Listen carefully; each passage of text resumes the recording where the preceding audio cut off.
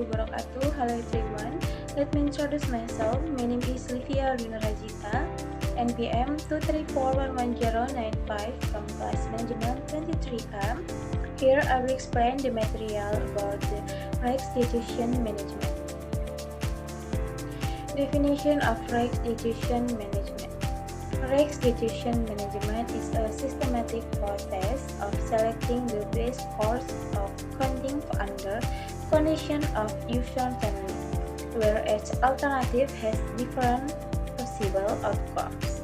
In this situation, decision makers do not only consider the most profitable outcome, but also evaluate and likelihood of each outcome and the potential losses involved. This concept is important because in real life, whether in business meetings or everyday situations, decisions are almost always made under risk.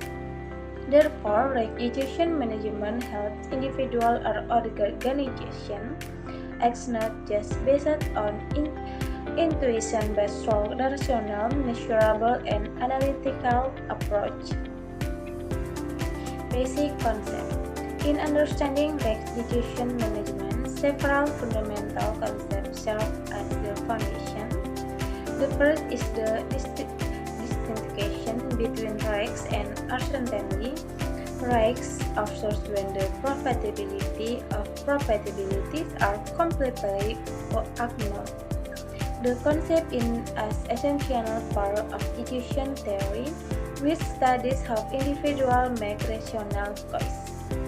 In addition, probability is used to measure the likelihood of an event occurring, while expected value is used to calculate the average expected outcome of a decision. By understanding this concept, decision makers can evaluate alternative decision makers can evaluate alternative, then relying solely on subjective judgment. Types of risks. Risks can be classified into several types based on their nature and impact. Pure risk refers to situations where the outcome can only result in loss or not loss at all, such as accident or natural disaster. In contrast, speculative risk involves the possibility of both gain and loss as in investment. There is also systematic risks which affect the entire system or market, such as economic crisis or government policy changes, make it difficult to avoid. On the other hand, asymmetric risk is specific to an individual or organization, and it can be managed or reduced through certain strategies. Understanding these types of risks is crucial, determining the appropriate approach to managing them. Risk decision-making process.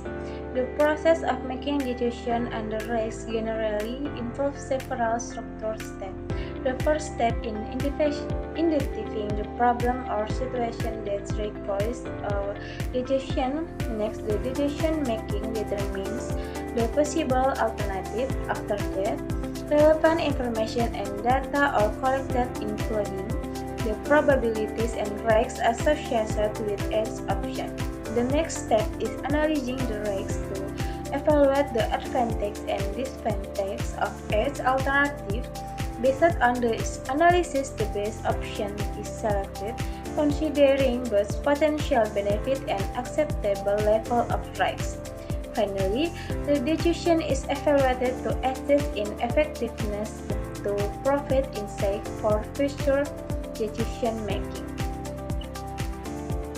Risk decision analysis methods. In practice, various methods can be used to analyze decision under risks. One common method is the decision tree, which visually represents alternatives and possible outcomes in a diagram to simplify analysis. Another method is expected monetary value, which calculates the expected financial value of each option. Additionally, utility theory considers individual preference toward risks as different people perceived against and losses differently. Another useful method is sensitivity analysis, which examines how changes in variables can affect the outcome of a decision. These methods enable more systematic and data-driven decision making. Attitudes toward risks. Attitudes toward risks play a crucial role in decision making. Risks first individual tend to avoid risks. They prefer several options, even if the returns are lower. In contrast, risk-seeking individuals are willing to take higher risks for the possibility of greater rewards. Meanwhile, risk-neutral individuals focus primarily on expected value and are less influenced by risk level. This difference explains why people facing the same situation and information might make different decisions. Therefore, understanding risk attitudes is essential in risk management.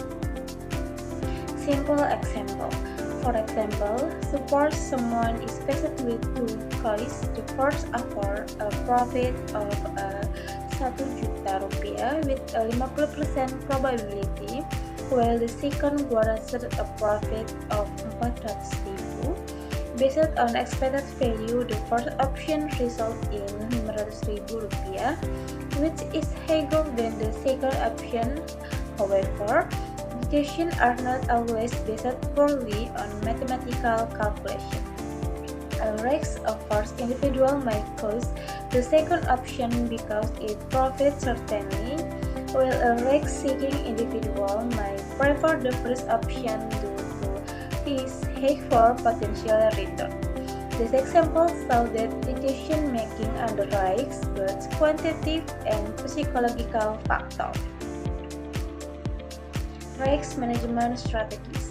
To deal with risks, several strategies can be applied to minimize negative impacts. One common strategy is diversification, which involves spreading investment of resources across multiple options to reduce potential losses.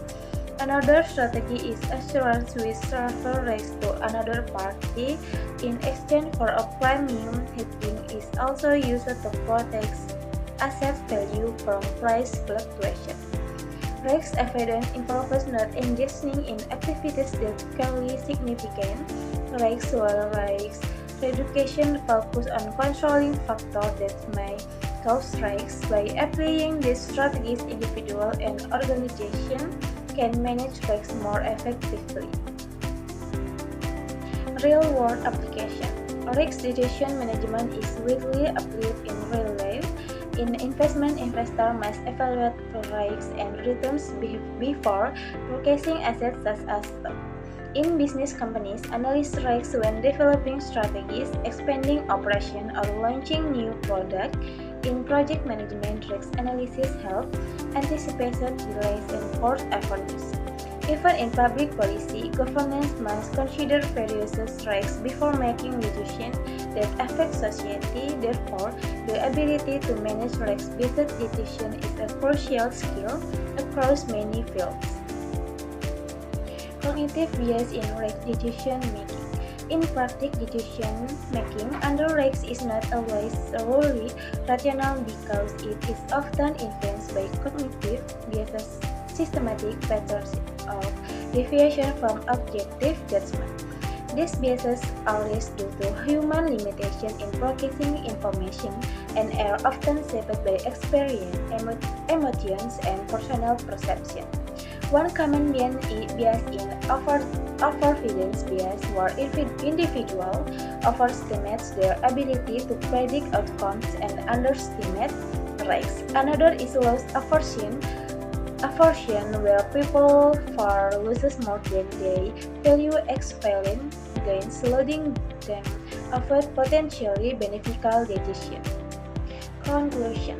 Risk decision management is a crucial process that helps individuals and organizations choose the best alternative under uncertainty. By understanding key concepts such as probability, expected value, and different types of risks, decision makers can conduct more structured and objective analysis. The use of analytical methods such as decision trees and utility theory further support effective evaluation of alternatives. However, psychological factors including risk attitudes and cognitive biases significantly influence decision outcomes. Therefore, effective risk management requires not only analytical skill but also awareness of human behavior and thinking patterns, balances and compatibility of minimizing negative impact in the future. Okay, this is all the explanation of the material from me. I end it with wassalamualaikum warahmatullahi wabarakatuh.